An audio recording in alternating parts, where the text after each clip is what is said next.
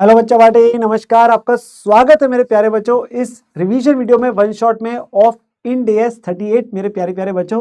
और मैं उम्मीद करूंगा आप सही बच्चों की ना जो अपनी पढ़ाई लिखाई ना बहुत ही जोरों शोरों से और बहुत ही जबरदस्त तरीके से चल रही होगी। ठीक है जी। चलिए स्टार्ट करते बेटा हम रिवीजन को। कुछ चीजें मैं आप लोगों को पहले बताया था बेटा। जो भी मैं यहाँ पर मैं नोट्स आप लोगों के सामने यूज करूंगा ना, चाहे वो उसमें कॉन्सेप्ट नोट्स आगे, चाहे जो मैं आप लोगों के साथ में इवन क्वेश्चंस भी आप लोगों के साथ में डिस्कस करूंगा, वो सारे के सारे आप लोगों को बेटा मिल जाएंगे। कहां पर मिलेंगे उसके लिए आप लोगों को ज्वाइन करना पड़ेगा CA फाइनल जो FR का जो है बेसिकली टेलीग्राम चैनल है बेटा, उसका लिंक इसी वीडियो के नीचे आप लोगों को कमेंट में पिन करके मिल जाएगा, डिस्क्रिप्शन मिल जाएगा। तो आप उसको ज्वाइन कर लीजिए ताकि आप लोगों को नोट्स वगैरह मिल जाए। इसके अलावा जो भी बेटा आप लोगों के लिए बाकी भी वन शॉट्स अवेलेबल है, काफी सारे आ चुके हैं इवन जो बाकी इंडिया से, और काफी सारे आते भी रहेंगे। तो उस सारे की ना एक प्लेलिस्ट बनी हुई है, तो वो प्लेलिस्ट का लिंक भी इसी के नीचे आप लोगों को देखने को मिल जाएगा, जिसके जरिए बाकी भी इंडियस अपने पास में रिवाइज कर सकते हैं। ठीक है ना। चलिए मेरे प्यारे बच्चों हम लोग स्टार्ट करते हैं अपने जरा इस रिवीजन को। सो इंडेक्स 38 है बेटा इनटेंजिबल एसेट को लेके। ठीक है ना। सबसे पहले सवाल उठ के आता है तो बड़ा आसान सा स्टैंडर्ड और 4 to 5 मार्क्स तक का क्वेश्चन इससे बन सकता है। ठीक है। सबसे पहले सवाल उठता है भाई इनटेंजिबल एसेट का मतलब क्या है। तो बेटा इनटेंजिबल एसेट की हम परिभाषा बोलते हैं, उसके अंदर कुछ की फीचर्स आते हैं। सबसे पहले आता है वेरी इंपॉर्टेंट आइडेंटिफाइबल। आइडेंटिफाइबल में जो अलग से आइडेंटिफाई किया जाता है, अपने आप में यूनिक है, भिन्न है। अब वो कैसे बन सकता है, हम कहते हैं या तो वो सेपरेबल है या वो अराइज किया जा रहा है कॉन्ट्रेक्चुअल लीगल राइट्स। अब सेपरेबल का मतलब क्या है, जो कैपेबल ऑफ जिसको अलग कर सकते हैं, कैसे एंटिटी से एंड बेचा जा सकता है अलग से, मतलब जो अलग से अलग किया जा सकता है, जो अलग किया जा सकता है, जिसे अलग से बेचा जा सकता है, किसी और को ट्रांसफर किया। फॉर एग्जांपल सॉफ्टवेयर, तो सॉफ्टवेयर को आप सेपरेटली अपने पास किसी और को ट्रांसफर कर सकते हो, बेच सकते हो। या फिर आइडेंटिफाइबल का एक और तरीका है, वो क्या है, जो अराइज करा जा रहा है फ्रॉम कॉन्ट्रेक्चुअल लीगल राइट, जो आपके लीगल राइट जो कॉन्ट्रेक्चुअल एग्रीमेंट्स वगैरह होते हैं उसके थ्रू आपके पास में उसकी अपने पास आइडेंटिफाइबिलिटी आपके पास काउंट हो रही है। जैसे कुछ फ्रेंचाइज एग्रीमेंट्स होते हैं, लाइसेंस एग्रीमेंट्स होते हैं, कई बार आपको लाइसेंस वगैरह मिले, टेलीकॉम लाइसेंस होता है, ठीक है ना, फ्रेंचाइज एग्रीमेंट, तो वहां पे वो कॉन्ट्रेक्चुअल राइट्स के थ्रू उसकी आइडेंटिफाइबिलिटी आपके पास आती है। सेकंड आता है नॉन मॉनिटरी एसेट। देखिए ये चारों आपके पास होने चाहिए तभी वो इंटेंजिबल एसेट है। आइडेंटिफाइबिलिटी में वो कैसे मर्जी हो सकता था। नॉन मॉनिटरी एसेट, इसके बारे में ना हम लोग इंडेक्स 21 में पढ़ते हैं। वैसे इंडेक्स 21 की भी रिवीजन वीडियो ऑलरेडी आ चुकी है, अब वो है भी। मॉनिटरी और नॉन मॉनिटरी एसेट होता है। देखिए मॉनिटरी वो होता है जिसका अमाउंट फिक्स डिटर्मिनेबल है, नॉन मॉनिटरी वो है जो फिक्स डिटर्मिनेबल नहीं है। ठीक है ना। अब जैसे हमारे पास जो डेटर है, BR है, क्रेडिटर है, बिल पेबल वगैरह होते हैं, ठीक है ना, लोन गिवन, लोन टेकन, ये सारे हमारे मॉनिटरी आइटम्स होते हैं। ठीक है ना। जो आपके पास PP है, इंटेंजिबल एसेट्स है, आपके पास ये क्या होते हैं, नॉन मॉनिटरी एसेट। इनका अमाउंट फिक्स नहीं कि आपके पास इतना ही है, आपके पास कि किसी कॉन्ट्रैक्ट के अंदर इतना ही मिलना है। ठीक है ना। तो वो आपका नॉन मॉनिटरी एसेट है। फिर होता है विदाउट फिजिकल सब्सटेंस। ये की डिस्टिंग्विशिंग फीचर बोलूंगा बिटवीन PP एंड इंटेंजिबल। ये की डिस्टिंग, क्योंकि PP का फिजिकल सब्सटेंस है, इसका फिजिकल सब्सटेंस नहीं है। ठीक है ना। और एक है एग्जिस्टेंस ऑफ FEB मतलब फ्यूचर इकोनॉमिक बेनिफिट्स। तो उस इंटेंजिबल एसेट से फ्यूचर इकोनॉमिक बेनिफिट्स आपके पास में उसमें एग्जिस्ट करते हैं, एंड एंटिटी का उन पे क्या है, कंट्रोल है हमारा उन FEBs पे। कंट्रोल कैसे आ रहा है, कहते हैं कंट्रोल आता है हमारे पास पावर है टू ऑब्टेन द बेनिफिट्स, मतलब हमारे पास इस चीज की पावर है कि हम उससे वो बेनिफिट्स ऑब्टेन कर सकते हैं जो उससे बेनिफिट ड्राइव होने। साथ के साथ में एबिलिटी टू रिस्ट्रिक्ट अदर्स है टू एक्सेस दोज बेनिफिट्स, मतलब हमारे पास ये एबिलिटी है कि हम किसी थर्ड पर्सन को उसके जो बेनिफिट्स की हमें जो प्राप्ति मिलनी थी, हम दूसरे व्यक्ति को रिस्ट्रिक्ट कर सकते हैं उसका एक्सेस। तो आपके पास दूसरा व्यक्ति नहीं अपने पास बेनिफिट प्राप्त कर पाएगा, हम कर पाएंगे। अगर मेरे पास टेलीकॉम लाइसेंस है या मेरे पास सॉफ्टवेयर है या कोई इंटेंजिबल एसेट, तो उसका बेनिफिट ना मुझे मिलने की बात हो रही है, मेरे पास पावर है कि मेरे पास है। हाउएवर हम दूसरा व्यक्ति उससे बेनिफिट अपने पास में नहीं करो, तो वो रिस्ट्रिक्शन है कि that is ability to restrict others, तो उस पर रोक लगा रखे है कि दूसरा व्यक्ति उससे बेनिफिट अपने पास में ले पाए। अब कुछ एग्जांपल्स ये बेटा इंटेंजिबल एसेट के, लाइक कंप्यूटर सॉफ्टवेयर, जैसे हम बोलते हैं लाइसेंस है, पेटेंट है, कॉपीराइट है, ट्रेडमार्क है, फ्रेंचाइज है, नॉन कम्पीट फीस है, टेक्निकल नो वगैरह, ये सारे क्या है हमारे इंटेंजिबल एसेट्स में कवर होते हैं। ठीक है। कुछ ऐसी चीजें जो इंटेंजिबल एसेट में नहीं आती है, इसमें सबसे पहले आगे बेटा जैसे market share, self generated goodwill since not identified. हम गुडविल के बारे में हमेशा पढ़ते हैं, वैसे आगे भी जाके गुडविल को लेकर बात होगी। एक होती है सेल्फ जनरेटेड गुडविल, एक होती है बेटा आपकी purchase goodwill. Self generated goodwill को हम किताब में रिकॉग्नाइज नहीं करते क्योंकि वो सेपरेटली आपके पास आइडेंटिफाइबल नहीं है, वो आपके पास आइडेंटिफाइबल नहीं है, ना वो ये कंडीशन मिलती है कि उसको अलग से बेचा जा सकता है सेल्फ जनरेटेड को, ना वो आपके थ्रू कोई कॉन्ट्रेक्चुअल लीगल राइट्स आ रही है। ठीक है ना। और हम आगे वो उसकी कॉस्ट भी रिलायबली हम मेजर नहीं करते, तो हम सेल्फ जनरेटेड गुडविल को कभी नहीं दिखाते। हाउएवर परचेज गुडविल को हम रिकॉर्ड करते हैं। ठीक है ना, क्योंकि उसके अलग से वैल्यू, उसको अलग से आइडेंटिफाई किया जाता है, उसको अलग से आप क्या करते हैं, तो उसकी कॉस्ट अलग से पता चलती है, हमारे पास जो वैल्यू है फेयर वैल्यू, तो वो निकालते हैं, कंसीडर उसको अलग से किया जाता है। जो परचेज गुडविल है वो आइडेंटिफाइबल है, जो सेल्फ जनरेटेड है वो आइडेंटिफाइबल नहीं है, इसलिए हम उसको नहीं दिखाते, ठीक है ना। फिर आता है कोई स्टाफ ट्रेनिंग प्रोग्राम है, cash paid to obtain the skill staff since entity का कोई कंट्रोल नहीं है as they can resign in time. कई बार क्या होता है, आप किसी स्टाफ को, किसी एम्प्लॉय को अपने पास में अपॉइंट करते हैं और उसको वन टाइम पैसे देते हैं। अब जो आपने बेटा वन टाइम पैसे दिए उसको अपने पास काम करने के लिए एम्प्लॉय को, तो क्या आप उसे इंटेंजिबल दिखा सकते हैं? The answer is no, which is cash obtain paid to obtain the skill staff, because हमारा उस पर कोई कंट्रोल नहीं है, बिकॉज वो किसी भी समय रिजाइन कर सकता है, ठीक है ना। हाँ, इसको लेके एक छोटी सी एक्सेप्शनल बात है, पर इसको लेके मैं क्वेश्चन से आपको समझाऊंगा, वो क्वेश्चन 35 आएगा एक आगे जाके, मैं तब क्लियर कर दूंगा। अगला आता है बेटा guidance on the asset that incorporate both tangible and intangible items. कई बार क्या होता है, कोई एक ऐसा एसेट है जिसके अंदर दोनों एलिमेंट्स हैं, टेंजिबल का भी है तो पीपी आ गया इंडिया 16, इनटेंजिबल भी है आपके पास तो इंडिया 38 भी आ गया। अब कौन सा लगाएंगे? तो वो कहता है हम ये चेक करेंगे कौन सा एलिमेंट ज्यादा सिग्निफिकेंट है, किसकी प्राथमिकता, कौन सा इंपॉर्टेंट ज्यादा है, ठीक है ना। अगर टेंजिबल ज्यादा सिग्निफिकेंट है तो इंडिया 16 लगा देना पूरे पे। फॉर एग्जाम्पल कंप्यूटर मशीन खरीदी, उसके अंदर सॉफ्टवेयर, आपने कंप्यूटर खरीदा उसके अंदर सॉफ्टवेयर डले होते, तो अब ज्यादा इंपॉर्टेंट क्या है? हाँ, कंप्यूटर, तो उसके अंदर कुछ छोटे मोटे सॉफ्टवेयर वगैरह डले हुए, तो आपके पास पूरे पे क्या लगा दोगे? इंडिया 16। जबकि अगर इंटेंजिबल का ज्यादा सिग्निफिकेंट है तो इंडिया 38 लगा देना। For example software purchase in CD या पेन ड्राइव, तो आप पेन ड्राइव खरीदते हैं, आप सीडी खरीदते हैं, उसके अंदर में क्या सॉफ्टवेयर होता है। अब ऑब्वियसली जो मेन पैसे आप दे रहे हैं वो किसके दे रहे हैं? सॉफ्टवेयर के दे रहे हैं, ठीक है ना। तो सारे पे पेन ड्राइव वगैरह के सीडी कॉस्ट तो बहुत ही कम है, ठीक है ना। तो जो आपके पास मेन चीज किसके दिए जा रहे हैं? सॉफ्टवेयर के, तो उस पर पूरे पे आप क्या लगा देना? इंडिया 38 लगा देना, ठीक है। फिर आता है recognition criteria. Now there are certain things जो सेम है एज इंडिया 16 पीपी, तो मैंने उसके रिवीजन वीडियो में भी आपके पास वो बताए थे, मैं एक बार फिर से फटाफट से उनको भी क्या गो थ्रू करा दूंगा, पर हम इंडिया 16 वाले सेम है वो, ठीक है। तो रिकॉग्निशन क्राइटेरिया कब रिकॉग्नाइज करना है? सेम एज इंडिया 16 है। जो क्या है recognition criteria? If and only अगर फ्यूचर में क्या मिलेंगे? प्रोबेबल फ्यूचर इकोनॉमिक बेनिफिट्स है, ठीक है, एंड कॉस्ट को रिलायबली मेजर कर सकते हैं।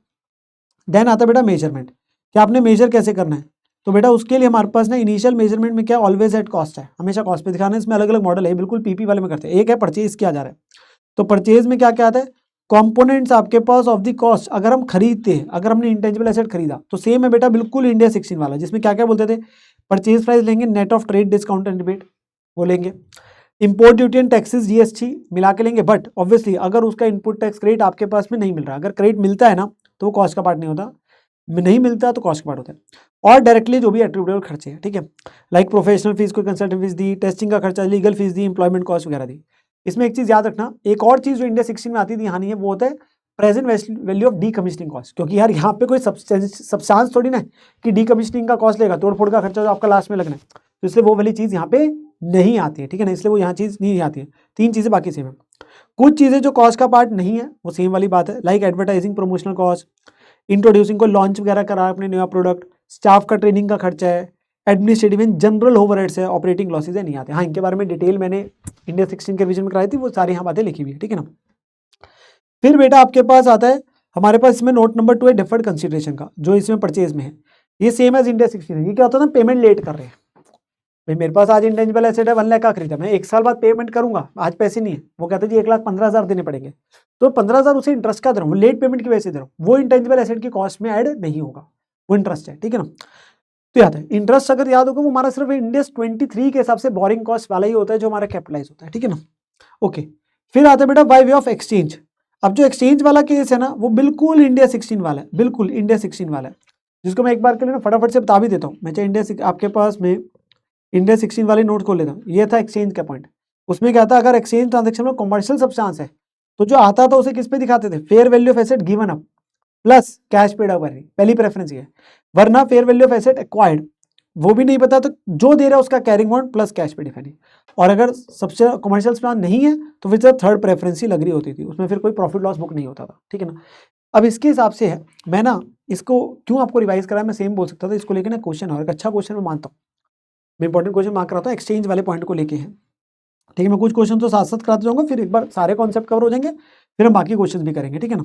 तो ये एक्सचेंज को लेके क्वेश्चन है, तो मेरे साथ क्वेश्चन देखेंगे क्या क्वेश्चन आ रहा है बेटा। सन लिमिटेड ने एक सॉफ्टवेयर एक्वायर किया, देखो अर्थ लिमिटेड से, in exchange for a telecommunication licence. तो हम सॉफ्टवेयर ले रहे हैं, जा क्या रहे टेलीकम्युनिकेशन लाइसेंस, किसके एंगल से? सन लिमिटेड के एंगल से। तो सन लिमिटेड एक्वायर क्या कर रहे हैं, देखो सॉफ्टवेयर, जा क्या रहे लाइसेंस।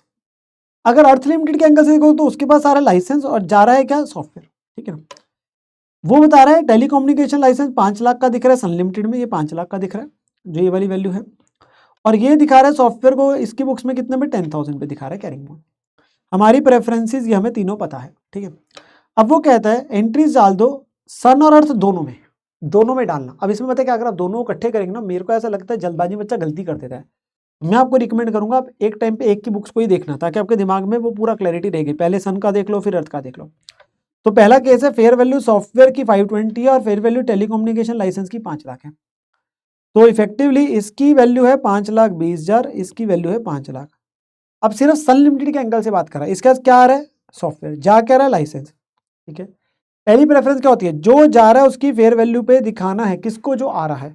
तो जो जा रहा है उसकी फेयर वैल्यू 5 लाख है, तो इस पे दिखाना है जो हमारे पास सॉफ्टवेयर आया, क्योंकि जो जा रहा है उसकी फेयर वैल्यू पता है, ठीक है ना। तो सन लिमिटेड के एंगल से अगर मैं बात करूंगा, सन लिमिटेड के एंगल से मैं बात करूंगा, तो वो आपके पास किस पे दिखाएगा, जब ये था सॉफ्टवेयर को डेबिट करेगा 5 लाख से। क्यों, क्योंकि जो जा रहा है उसकी लाइसेंस की फेयर वैल्यू हमें पता है 5 लाख है, और उसकी कैरिंग अमाउंट भी 5 लाख है। देखो जो बाहर जाएगा वो तो हमेशा कैरिंग अमाउंट पे जाएगा, जो जाएगा हमेशा कैरिंग, तो इसमें कोई प्रॉफिट लॉस नहीं है। सॉफ्टवेयर डेबिट 5 लाख पे क्यों हुआ, क्योंकि लाइसेंस की फेयर वैल्यू आपके पास में जो है वो 5 लाख है। तो हम सॉफ्टवेयर को किस पे दिखाएंगे, जो जा रहा है उसकी फेयर वैल्यू पे। पहली प्रेफरेंस लग गई, मैंने लिखा हुआ भी है, प्रेफरेंस फर्स्ट लगी, ठीक है। अगला केस है फेयर वैल्यू सॉफ्टवेयर की नहीं पता, टेलीकम्युनिकेशन लाइसेंस की पता है 490 है, तो हमें इसकी पता है लाइसेंस की 490 है, तो उस पर दिखाएंगे सॉफ्टवेयर को। तो सॉफ्टवेयर को किस पे डेबिट किया, 490 पे। लाइसेंस जो बाहर जाएगा वो कैरिंग अमाउंट पे जाएगा, तो लॉस आ गया आपका, डेबिट हो गया 10,000 का। प्रेफरेंस फर्स्ट ही लग रही है, जो जा रहा है उसकी फेयर वैल्यू पे। नीदर फेयर वैल्यू, किसी की फेयर वैल्यू नहीं पता, ना जो सॉफ्टवेयर की लाइसेंस की, तो इसमें थर्ड प्रेफरेंस लगी, ठीक है ना। तो क्या लगी, carrying amount of asset given up, तो जो आ रहा है उसके कैरिंग अमाउंट पे, तो उसका कैरिंग अमाउंट कितना था 5 लाख, इसी पे दिखाना है सॉफ्टवेयर को नो प्रॉफिट नो लॉस, तो प्रेफरेंस नंबर थर्ड लगी। अब आओ अर्थ लिमिटेड की बुक्स के एंगल पे। अच्छा क्वेश्चन है, क्योंकि आपके पूरे एक्सचेंज वाले कॉन्सेप्ट को अच्छा खासा क्लियर कर देता है, ठीक है ना। इसमें क्या होगा, अब इसके पास क्या आ रहा है लाइसेंस, ये डेबिट लाइसेंस को करेगा हर बार, और जा क्या रहा है सॉफ्टवेयर, तो ये क्रेडिट होगा और ये हमेशा 10,000 से होगा। अब लाइसेंस को किस पे दिखाना है, आपके पास पहले केस में जो जा रहा है उसकी फेयर वैल्यू पता है, हाँ सर उसकी फेयर वैल्यू पता है 5-10, तो सॉफ्टवेयर की फेयर वैल्यू पता है, वो पता है 520 है, वो 520 है, तो हमें लाइसेंस को 520 पे दिखाना है, तो लाइसेंस 520 पे डेबिट होगा। हाँ जो जाने वाला एसेट है वो हमेशा किस पे होगा, कैरिंग अमाउंट पे, तो बाकी प्रॉफिट आ गया। अच्छा, अगले केस में सॉफ्टवेयर की वैल्यू नहीं पता, फेयर वैल्यू नहीं पता, तो जो जा रहा है उसकी फेयर वैल्यू नहीं पता, तो प्रेफरेंस 2 लगेगी। अब जो आ रहा है उसकी फेयर वैल्यू पता है 490, तो 490 पे दिखाओ लाइसेंस को, जो जाता है बाहर वो तो हमेशा कैरिंग अमाउंट से जाएगा और बाकी प्रॉफिट आ गया। और थर्ड केस में कुछ भी नहीं पता, तो इसी पे दिखाएंगे 10,000 पे किसको, लाइसेंस को, तो लाइसेंस टू सॉफ्टवेयर 10,000। तो बेटा ऐसा मत सोचना कभी भी कि जो पार्टी एक कर रही है वही दूसरी पार्टी करेगी। देखो सेम वैल्यूज होने के बावजूद दोनों में ट्रीटमेंट अलग अलग आ रही है, जो प्रॉफिट लॉस बुक हो रहा है या जो डेबिट क्रेडिट कर रहे हैं वो अलग तरीके से हो रहा है। प्लीज आपको रूल हमेशा ये प्रेफरेंसेस ध्यान रखनी है एक्सचेंज के केस में, जो जा रहा है उसकी fair value of asset given up plus cash paid, fair value of asset acquired, या carrying amount of asset given up plus cash paid, और कैश रिसीव्ड होता है माइनस होता है, ठीक है ना, किसको जो आता है उस पर। चलो अभी हमारे पास ये वाला क्लियर हो, फिर आता है बेटा अगला हमारे पास ये ग्रांट वाला है, इसके लिए तो इंडेक्स 20 में हम पढ़ लेते हैं, ये इंपॉर्टेंट है। This is new which is acquired as part of business combination. अगर as part of business combination आपके पास आ रहा है तो हमें पूरा सीखते हैं, जैसे आप अमेलगमेशन कर रहे हैं, इसको लेके इंडेक्स 103 में हमारे पास आता ही है, बिजनेस कॉम्बिनेशन अलग से करते भी है, ठीक है ना। तो वहां पर क्या करना है, तो इसको लेके ना अलग अलग एग्जाम्पल्स हैं, मैं आपको उसके जरिए आपके पास पूरा समझाता हूँ, ठीक है ना। तो हमारे पास सबसे पहले क्या आता है, ध्यान सुन जाना हमें कहता है वो कॉस्ट ऑफ इंटेंजिबल एसेट क्या होती है, कॉस्ट ऑफ इंटेंजिबल एसेट मेरे प्यारे बच्चे होती है is the fair value at the date of acquisition. कहते हैं हमने उसे किस पे दिखाना है इंटेंजिबल एसेट को, जो उसकी उस दिन फेयर वैल्यू है जिस दिन आपने एक्वायर किया, जो उसकी उस दिन फेयर वैल्यू है उस पर हमने दिखाना है। तो फॉर एग्जांपल अगर मैं बोलूँ, मान लो सिंपल से केस, मान लो एक कंपनी एक्स लिमिटेड है, उसके आपके इक्विटी लाइबिलिटीज में वैल्यू दे रखे नॉन करंट करंट, और ये नॉन करंट एसेट में पीपी इंटेंजिबल है। अब इसकी किताब में दिख रहे हैं जैसे कैरिंग अमाउंट है, ये इनके कैरिंग अमाउंट है पीपी का, ये इंटेंजिबल इनका दो दिख रहे हैं, एक सॉफ्टवेयर दिख रहा है एक लाइसेंस दिख रहा है, मान लो ये कैरिंग अमाउंट है और एक करंट एसेट्स है। अब इन सबकी फेयर वैल्यू है, सबकी फेयर वैल्यू दे दी मेरे को, दे रखी है। तो हमने ए लिमिटेड ने बोला मान लो एक्वायर करा बिजनेस एक्स लिमिटेड का 25 लाख में, 25 लाख में खरीदा। अब वो कंसिडरेशन तो 25 दे रहा है, सवाल उठ के आया वो हमारे पास में इंटेंजिबल एसेट किस पे, हमने सबको किस पे दिखाना है, फेयर वैल्यू पे। तो हमारी नेट एसेट्स को किस पे दिखाएंगे, फेयर वैल्यू पे लेना है। तो ये 11 लाख था, 4 लाख था, 2 लाख था, ये 8 लाख है, और ये माइनस 2 लाइबिलिटीज 2 लाख और 3 लाख। तो नेट एसेट्स है आईने जो हम बोलते हैं बिजनेस कॉम्बिनेशन, वो 20 लाख है। कंसिडरेशन कितनी दी जा रही है, 25 लाख, तो बाकी किसका हो गया, गुडविल का हो गया 5 लाख। तो जितना आपने एक्सेस दिया बेसिकली बाकी किसको आ गया, गुडविल को आ गया 5 लाख। नाउ यहाँ पे जो आपके पास ए लिमिटेड है, जो एक तरीके से एक्वायरिंग परचेजिंग कंपनी है, वो अपने पास ए लिमिटेड किस पे दिखाएगी बेटा, वो 3 इंटेंजिबल एसेट है उसके लिए। एक सॉफ्टवेयर, उसकी फेयर वैल्यू पे दिखाएगी 4 लाख पे, एक लाइसेंस उसको किस पे 2 लाख पे, और एक गुडविल जो निकल के आया 5 लाख, इस पे दिखाया जा रहा है, इस पे दिखाया जा रहा है, ठीक है ना। 3 चीजें जो आगे, intangible asset acquired are recognized separately from the goodwill irrespective of whether the asset has been recognized by the acquirer, that is seller, before the business combination। उसने बोला, मैं एग्जांपल 2 में लूंगा, जो हमारे पास इंटेंजिबल एसेट्स हैं उन्हें गुडविल के अलावा ही दिखाते हैं, चाहे पुराने वाला उसे ना भी दिखा रहा हो, इरिस्पेक्टिव, चाहे उसको जो आपका सेलर है वो उसको ना भी दिखा रहा हो बिजनेस कॉम्बिनेशन से पहले। तो ये क्या हो गया, यहाँ तो वो 2 दिखा रहा था, इन दोनों को हमने किस पे दिखाया, उसकी फेयर वैल्यू पे ही दिखा रहे हैं, और एक गुडविल निकल के आया।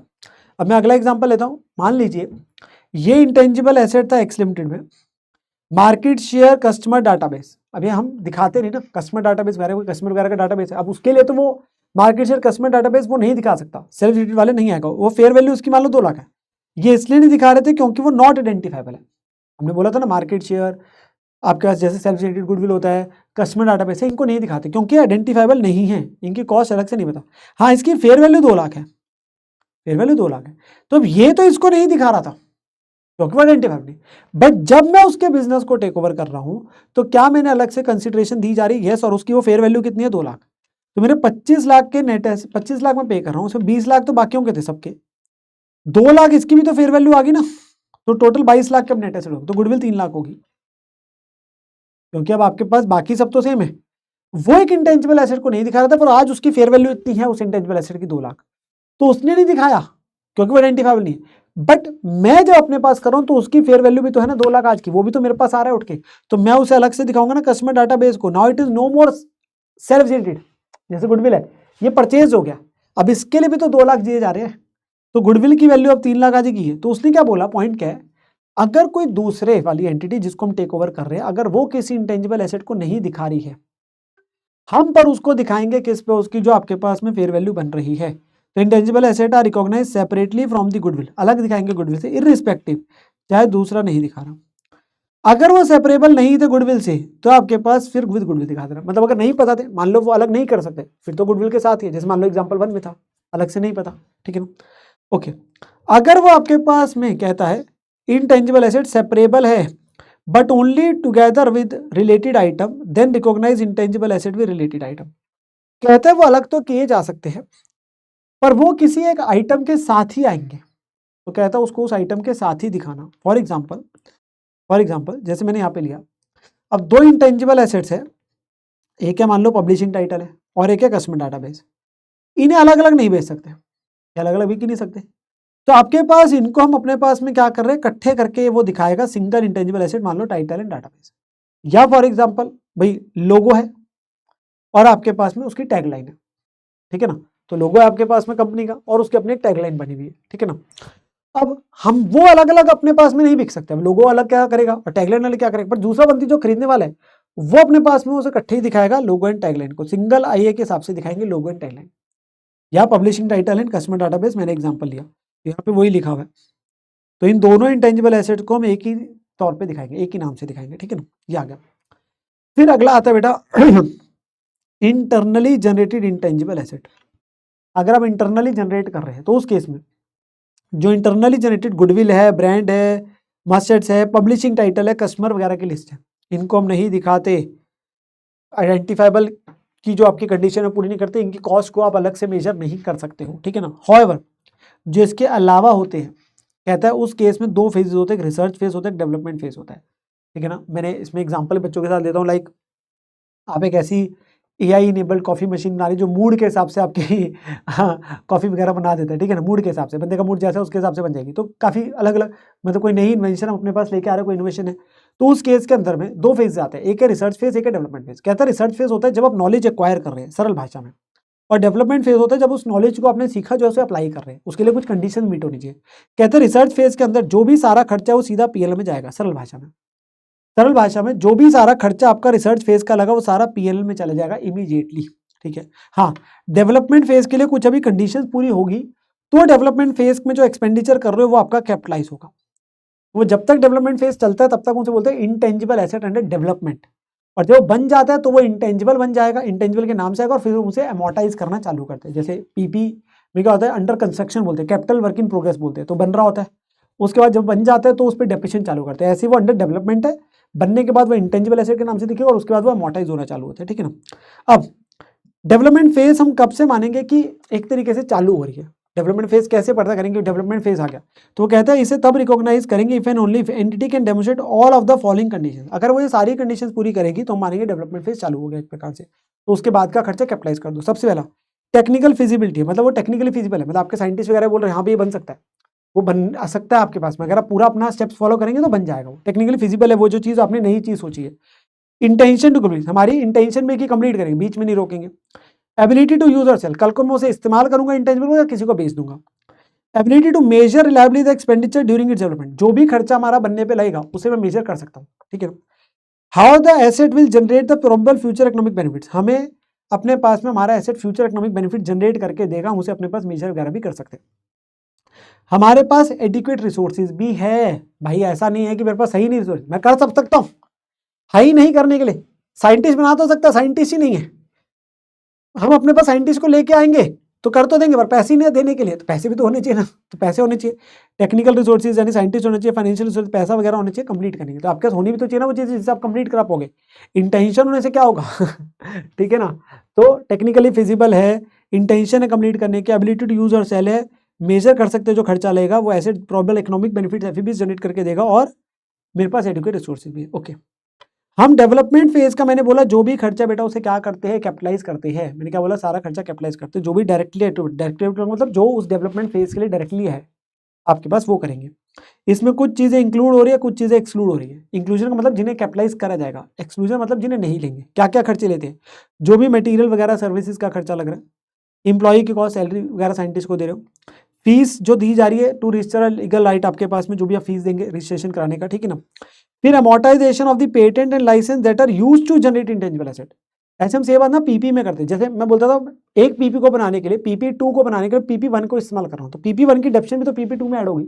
सेम तरीके से इंटेंजिबल एसेट 2 बना रहा हूँ, वो डेवलप हो रहा है, और 1 जो है मान लीजिए उसको इस्तेमाल किया जा रहा है उसके लिए, तो उसकी जो भी अमोर्टाइजेशन वैल्यू है वो दूसरे में ऐड होगी ना। वो पेटेंट या लाइसेंस अगर वो इस्तेमाल किया जा रहा है दूसरे के लिए, ठीक है ना, तो उसकी भी अमोर्टाइजेशन की जो वैल्यू है वो दूसरे वाले में ऐड होगी। क्या चीजें नहीं लेनी, ये लिस्ट आपकी फिक्स ही है, पूरे जगह खर्चा चाहिए। स्टाफ ट्रेनिंग का खर्चा बाद में ट्रेनिंग वगैरह के लिए, selling admin and general overheads नहीं लेते, ऑपरेटिंग लॉसेज नहीं लेते, और एबनॉर्मल लॉसेज नहीं लेते, कोई वेस्टेज वगैरह आपके हो रही है वो नहीं लेंगे।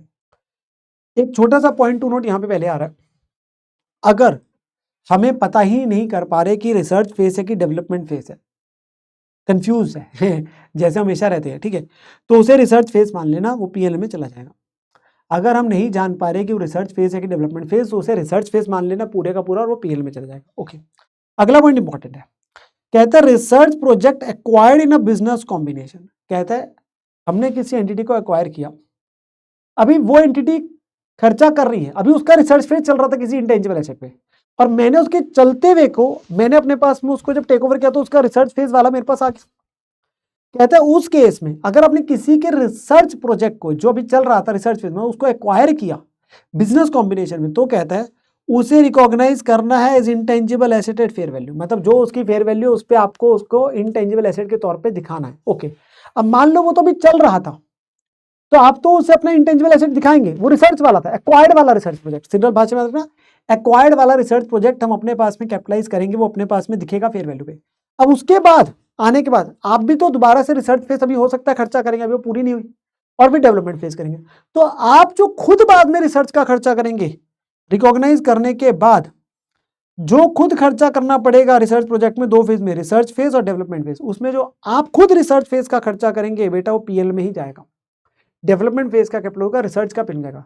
तो अगर आपसे कोई बोले क्या रिसर्च फेज का खर्चा कभी भी कैपिटलाइज होता है, तो आंसर इज यस, जब हम एक्वायर करते हैं बिजनेस कॉम्बिनेशन में तो वो वाला होता है, खुद किया वो नहीं होता, खुद किया वो नहीं होता, ठीक है ना।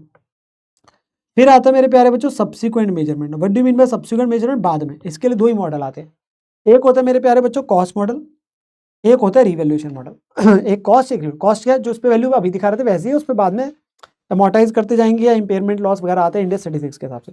और एक होता है रिवैल्यूएशन मॉडल, जिसपे हम उसको उस पर दिखाए थे फेयर वैल्यू पे दिखाए थे, इस पे देंगे फेयर वैल्यू पे दिखाएंगे। बिल्कुल अब सेम बात है जो इंडेक्स 16 के, जहां फर्क आएगा मैं आपको बता दूंगा। फेयर वैल्यू को डिटरमिन किया जाता है by reference to an active market. अगर एक्टिव मार्केट अवेलेबल नहीं है, एक्टिव मार्केट का मतलब क्या है, मार्केट जहां पे एसेट खरीदा बेचा जाता है, तो फेयर वैल्यू का आपके पास कब होगा, आपके पास एक्टिव मार्केट होनी चाहिए। अगर एक्टिव मार्केट अवेलेबल नहीं है तो रिवैल्यूएशन मॉडल हम इस्तेमाल नहीं करेंगे, ठीक है जी।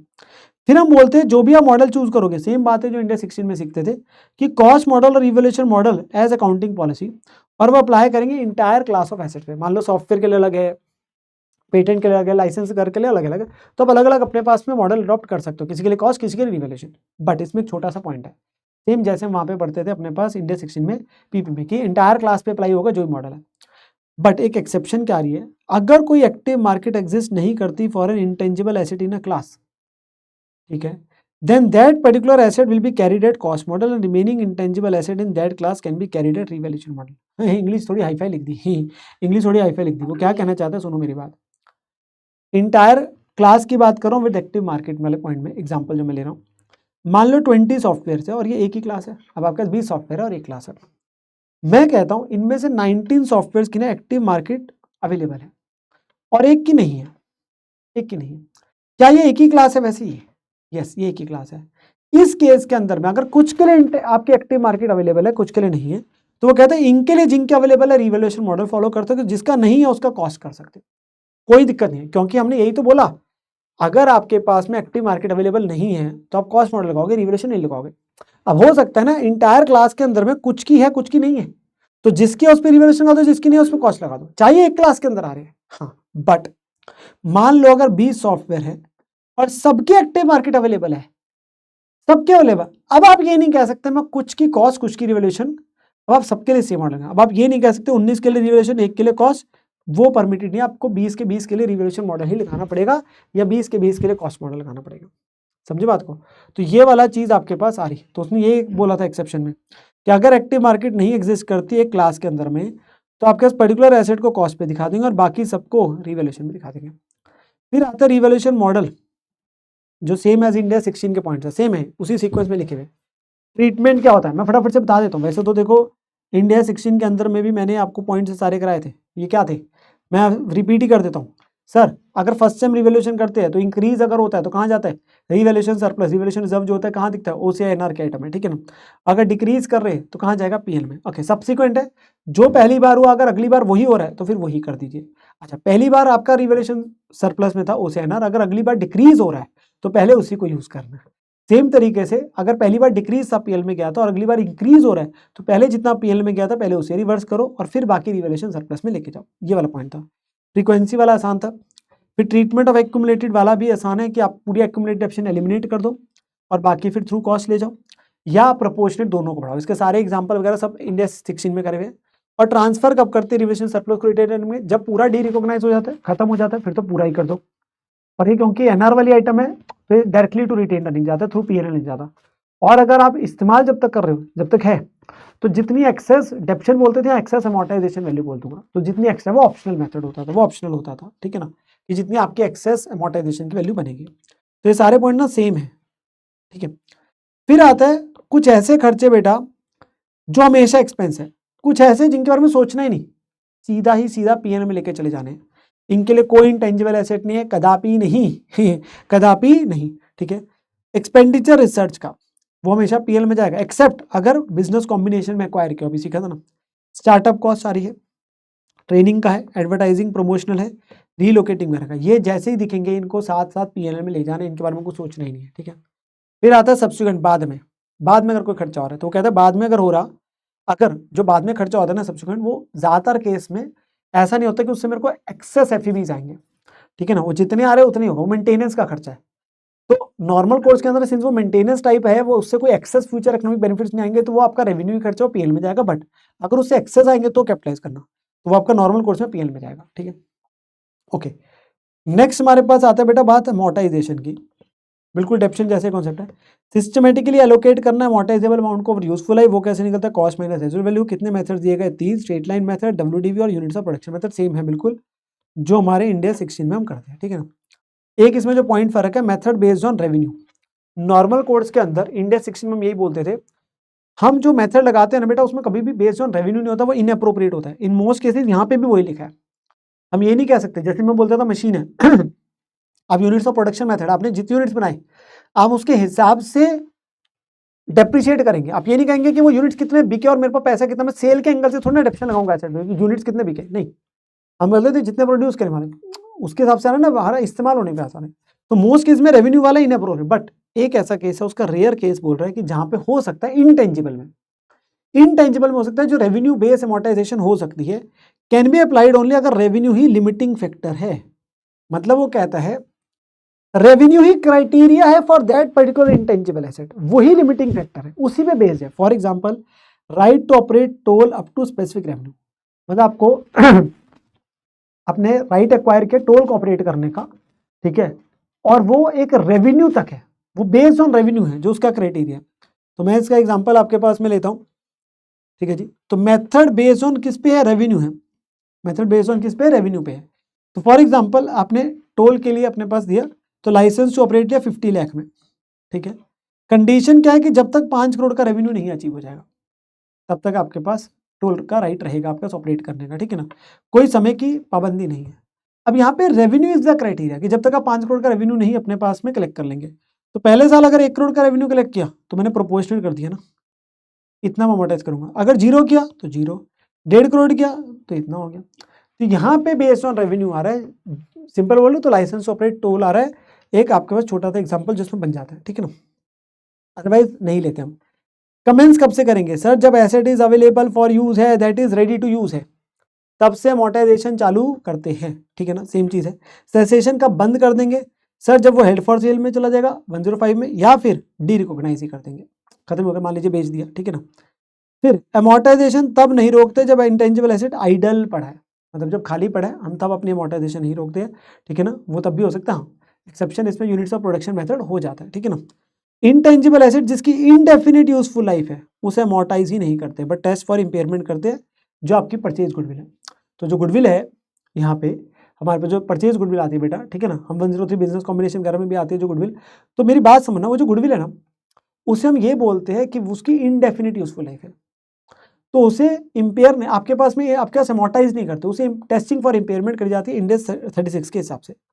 उसे क्या करते हैं हम, इंपेयरमेंट टेस्टिंग करते हैं इंडेक्स 36 के हिसाब से, वो हमारे पास में जो है अमोर्टाइज नहीं होते, वो अमोर्टाइज नहीं होते, ठीक है ना।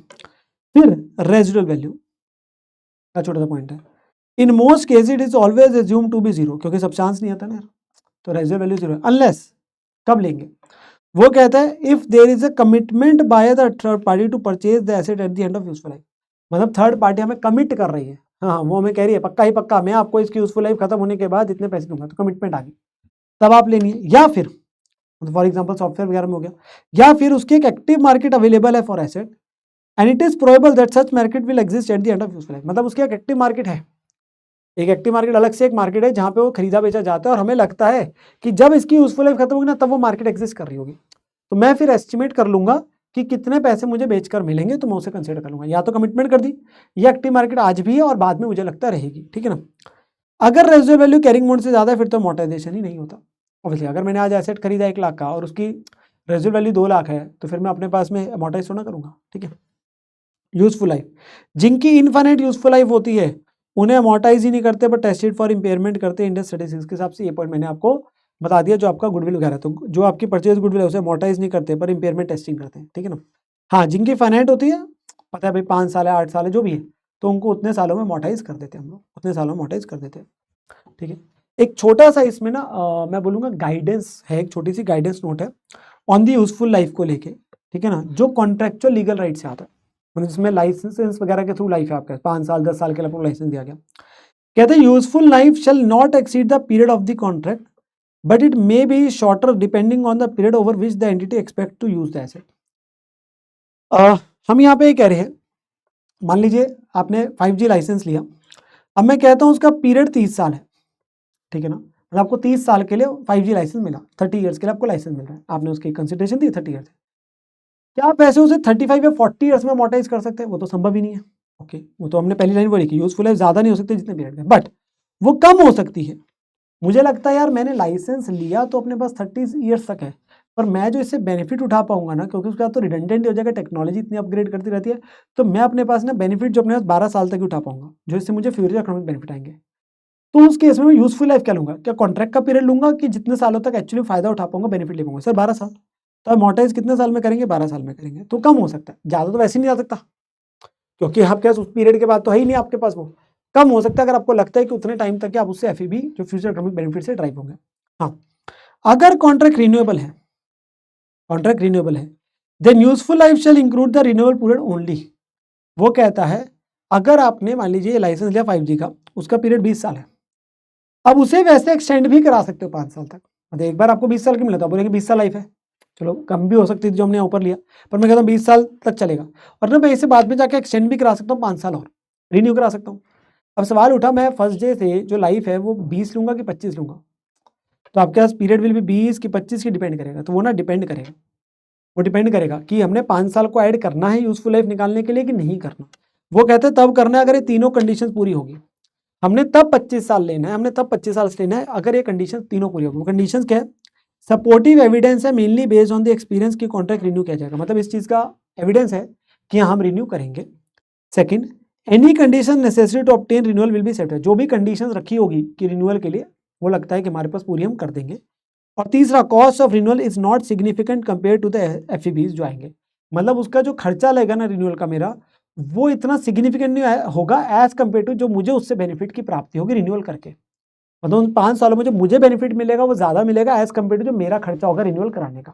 ठीक है, तो अगर मुझे लगता है रिन्यूअल करा लूंगा मैं, ठीक है, उसकी कंडीशन मैं पूरी कर दूंगा रिन्यूअल की, और रिन्यूअल का जो खर्चा है वो कंपेरेटिवली कम है एज कंपेयर टू जो मुझे उससे बेनिफिट मिलेगा, तो मैं रिन्यूअल पीरियड को ऐड करके ही अपने पास में उसकी लाइफ कंसिडर करूंगा। ठीक है, फिर आता है बेटा change in amortisation method useful life and residually. क्या इनमें चेंज हो सकता है? यस सर, चेंज हो सकता है। जब भी चेंज होगा प्रोस्पेक्टिव इफेक्ट होता है, वो एक एस्टिमेट में चेंज होता है काइंड ऑफ, तो उसका इफेक्ट बेशक हमेशा क्या होगा? प्रोस्पेक्टिव इफेक्ट होगा। ठीक है ना, कि बचे हुए समय में आपको करना है। सेम बात इंडिया 16 में पढ़ते थे। इंपेयरमेंट टेस्टिंग करी जाती है इंडिया 36 के हिसाब से, वो सेपरेटली हम करते हैं। ठीक है ना, वो वैसे यहाँ पे भी उसके कुछ क्वेश्चन आएंगे तो मैं उस कॉन्सेप्ट को एक बार रिवाइज करा दूंगा आप लोगों को। ठीक है ना, और वो आपके पास इंपेयरमेंट रिव्यू तो किया ही जाता है जिनकी इनडेफिनिट लाइफ होती है, वो मैंने बताया भी था। और डी रिकॉग्निशन का मतलब होता है जो किताबों से हटा देना। कब कर देंगे? जब डिस्पोज ही कर दिया, कोई एफईबीज नहीं आने हैं। और जो भी गेन लॉस होगा कहाँ चला जाएगा? Net proceed minus carrying amount आपके पास पीएनएल में चला जाएगा। वो कहाँ दिखता है? अदर इनकम में। रेवेन्यू नहीं है वगैरह, वो अदर इनकम में आता है। जो भी प्रॉफिट लॉस है, जो भी प्रॉफिट लॉस है कहाँ चले जाता है बेटा? आपके पास में पीएनएल में चले जाएगा। ठीक है जी बात? Yes sir. ना एक बार कॉन्सेप्चुअली बातें कर ली, अपना क्वेश्चन करते हैं थोड़े से। अब क्वेश्चन करते हैं, हमारे पास क्वेश्चन बचे। ठीक है ना, कॉन्सेप्ट वाली बातें एक दो और है जो डिस्कस करने वाली, मेनली हम क्वेश्चन से अब सीखेंगे। तो क्वेश्चन आ रहा है बेटा, जनरल क्वेश्चन है, क्वेश्चन 30 आपके पास नोट्स का मेरा, आरटीबी नवंबर 23 का। क्वेश्चन क्या है? Company engage in the provision of information technology product and service, इनकर क्या खर्चा ड्यूरिंग द डेवलपमेंट फेज पे खर्चा क्या है of the software product offer to the customers. Entity also purchase software from the third party, से भी खरीदते for incorporating into the end software product offer to customer. Companies in the process of launching in the market for licensing to customer services वगैरह आपके पास सारे। Cost incurred in relation to development, भाई सीधा cost पे जाओ, कौन कौन से खर्चे हैं। उसने हमसे ये पूछने की बात है कि आपके पास में बताओ कौन कौन से खर्चे, कितना कैपिटलाइज होने का है। सिंपल है। तो पहला है जो परचेज प्राइस है 600, भाई वो तो आएगा ही आएगा, तो वो कोई दिक्कत नहीं है, 600 आ गया। ठीक है ना, फिर आगे एम्प्लॉयमेंट कोस्ट, इसका नोट नंबर 1 दिया हुआ है, इतने का है। उसमें बोला ये डेवलप किया गया 9 महीने के अंदर में, तो डेवलपमेंट फेज चला ही 9 महीने, डेवलपमेंट फेज चला ही 9 महीने। ठीक है ना, और आपके पास में जो ये खर्चा दिया गया ना 12 महीने का खर्चा है, तो बताओ कितने महीने का कैपिटलाइज होगा? सर अगर डेवलपमेंट फेज चला ही 9 महीने है तो 9 महीने का ही कैपिटलाइज होगा ना। तो हमने क्या करना है, 12 महीने का 1200 है तो 9 महीने का ही कैपिटलाइज होगा 900, और बाकी ये पीएल में जाएगा, तो ये 900 ही कैपिटलाइज होगा। फिर टेस्टिंग का खर्चा आ जाएगा, कैपिटलाइज हो जाएगा 1800। Yes sir. फिर आपके पास अदर कॉस्ट है directly related to customisation, directly है। अब इसमें उसने नोट 2 दिया है, कहता है इसके अंदर एक अब नॉर्मल कॉस्ट है 50,000 की, वो अब नॉर्मल कॉस्ट है तो उसे नहीं लेते। ठीक है ना, जो आपके इसमें डैमेज वगैरह को रिपेयर करने का, तो इस टोटल में से 50,000 इन 1000 से वैल्यू माइनस कर देंगे, तो 450 माइनस 50 करके 400 आएगा। फिर प्रोफेशनल फीस आपके पास आ जाएगा 220 की। यस सर, वो आ गया, वो ले लिया जाएगा। फिर बाकी देखो ट्रेनिंग का खर्चा नहीं आता, एडवर्टाइजिंग का नहीं आता, एडमिन एंड जनरल ओवरहेड नहीं आते, ये सारे माइनस हो, ये नहीं आएंगे, ये सारे नहीं आएंगे, इन्हें कंसिडर नहीं करेंगे, टोटल कॉस्ट आ जाएगी। आसान सा क्वेश्चन था। ठीक है ना, जनरल सा मेरे को लगा कि चलो एडलेस वाला हम कर लेते हैं। फिर अगले बारे में ना चेंज को लेके पॉइंट आ रहा है। एक्स लिमिटेड ने एंगेज करा in the business of manufacturing fertilisers उन्होंने एंटर करा into technical collaboration agreement with foreign company Y limited. As a result वो पे करेंगे technical know enabling to manufacture the fertiliser in more efficient way. इन्होंने pay करे कितने बेटा, 10 लाख रुपए उस नो हाउ के यूज के, कितने सालों के लिए, 5 साल के लिए, 10 करोड़, सॉरी 10 करोड़ रुपए पे करे 5 ईयर्स के लिए, हैप्पी आपके पास जो समय है। उन्होंने एस्टिमेट करी कि हमें कितनी प्रोडक्शन आएगी, तो यूनिट्स ऑफ प्रोडक्शन मेथड की बात हो रही है, इतनी इतनी हो रही है। पर कहता है पहले साल के एंड में जाके उन्होंने अचीव तो कर लिया टारगेट प्रोडक्शन, तो पहले साल तो इतनी अचीव कर ली, दूसरे साल के अंत में जाके 65,000 ही आपके पास टन मैन्युफैक्चर कर पाए, तो दूसरे साल जाके तो चेंज हो गया। और X limited consider to revise the estimate for the next year. तो सेकेंड ईयर पे जाके, प्लीज समझना, सेकेंड ईयर पे जाके, सेकेंड ईयर की तो एक्चुअल वैल्यू अलग है, और सेकेंड ईयर के बाद से हमने जो अगले 3 साल के एस्टिमेशन है वो भी चेंज हो गई, 3, 4 एंड 5 की। अब बताओ कितना कितना मोटाइज करेंगे। अब देखो जब पहला साल मोटाइज करोगे तब आपके लिए यही डाटा अवेलेबल है। पहले साल कितने यूनिट्स बनाए, 50,000 ही, और टोटल कितने बने इन सबको टोटल कर लो। तो आप 10 करोड़ का था, पहले साल बनेगा 10 crore into 50,000 divide by 4.5 lakh, ये 4.5 लाख है टोटल, क्योंकि पहले साल तो हमें यही लग रहा है ना इतना टोटल बनेगा, 50 तो बना भी लिए और ये टोटल और बनाएंगे इतनी, तो यही बना। अब ये वैल्यू आ गई। अब अगले साल से आप ये नहीं बोलेंगे 70,000 डिवाइड बाय 450, अरे भाई अगले साल जाके चेंज हो गया, अगले साल जाके बने ही 65,000, तो जो बची वैल्यू से अब बचे हुए में कर देना, रिवीजन हो गया। तो 65,000 डिवाइडेड बाय, अब भी ये नहीं लेने, ये भी चेंज हो गए सारे, 85, 105 एंड 115, तो ये बना 190 और 115 और 65, ये सब ऐड कर देंगे, टोटल बनेगा 370। तो जो बची वैल्यू है उसे अपने पास में अब आगे के सालों के चेंज कर देनी, हाँ आगे जाके दोबारा नहीं चेंज हो रहा, तो इतनी बनी। फिर उसके बाद गए ईयर 3 में, अब कितना, 85,000 डिवाइडेड बाय जो 4 सालों का टोटल था, फिर वही वैल्यू 105 डिवाइडेड बाय टोटल जो 4 सालों का था, और फिर वही वैल्यू 115 है। तो this plus this plus this plus this is 370। तो फर्स्ट ईयर के लिए अलग था, उस समय ये एस्टिमेशन था, सेकेंड ईयर से इस चेंज, तो जो बची वैल्यू उसे करना है, this is change in estimate, estimate में चेंज हुआ तो आगे से चेंज कर देना, ये सब। फिर अगला क्वेश्चन, एक्स लिमिटेड ने बेटा एक पेटेंट राइट खरीदा 1 अप्रैल 1 को, कितने का, 3 लाख रुपीस का, ठीक है जी, जिसकी लीगल लाइफ तो 15 साल है। However due to competitive nature of product, management ने एस्टिमेट करा यूजफुल लाइफ कितनी, 5 साल यूजफुल 15 थी वैसे, पर हमने जो अपने पास मानी कंपनी, हमने बोला नहीं हमारे लिए यूजफुल लाइफ जो एक्चुअल में होगी वो 5 साल ही होगी, तो हम तो लाइफ 5 साल ही लेके चलेंगे ना, हाँ जी सर, ठीक है। Straight line amortisation is determined by management to be the best method, straight line method लगाना है 1 अप्रैल 2 को, तो अगले साल जाके, पहले साल के लिए 3 लाख है, लाइफ कितनी है, 5 साल, तो 3 लाख लाइफ 5 साल के हिसाब से कितना बना, 60,000, तो 1 साल बाद कितने का दिख रहा है, 240 का, तो यहाँ तक तो हम पहुँच गए 1 साल बाद तक। अब कहते हैं 1 अप्रैल को जाके मैनेजमेंट अनसर्टेन है कि प्रोसेस को एक्चुअली बनाया जा सकता है इकोनॉमिकली, और राइट डाउन कर दिया पेटेंट को to estimate market value of 150, और अब डिसाइड किया कि मोटेज 2 साल में करेंगे, तो इस दिन रीवैल्यूएशन कर ली, दिख रहा है 240 पे, पर आज की वैल्यू कितनी है, 150, तो 90,000 से कम कर देंगे, तो हमारी एंट्री बन गई एक तरीके से P&L to patent 90,000, revaluation decrease है, लॉस है, तो रीवैल्यूड अमाउंट 150 है, तो डिक्रीज आ गया 90 का, वो P&L में चले जाएगा। अब ये करने के बाद हमारे एसेट की वैल्यू कितनी पहुंच गई, 150 रिवाइज कैरिंग अमाउंट, ठीक है ना, और अब लाइफ कितनी है, 2 साल, 4 साल नहीं है, क्योंकि उसने बोला लाइफ भी चेंज कर रहे हैं, हमें लगता है नहीं इतना बेनिफिट मिलेगा, तो 2 साल है। फिर अगले साल पहुंचे, अब अगले साल पहुंचने से पहले अगले साल की वैल्यू तक तो पहुंचो, 1.5 लाख है, 2 साल लाइफ है, तो 75 की अमोर्टाइजेशन होगी, बची वैल्यू इतनी है उससे अगले साल के अंदर।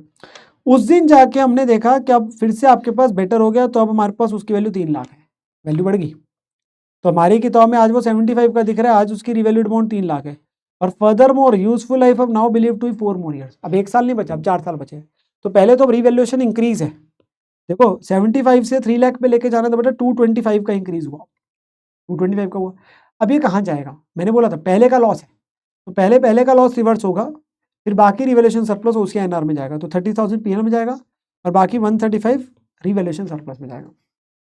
225 में से मैंने बोला 90,000, क्योंकि पहले आपने लॉस बुक किया था वो P&L में गया था, ठीक है, तो पहले वो रिवर्स होगा क्रेडिट टू P&L, और ये जाएगा इसमें, तो मैंने एंट्री भी डाल के दिखा दी, ठीक है ना, ओके।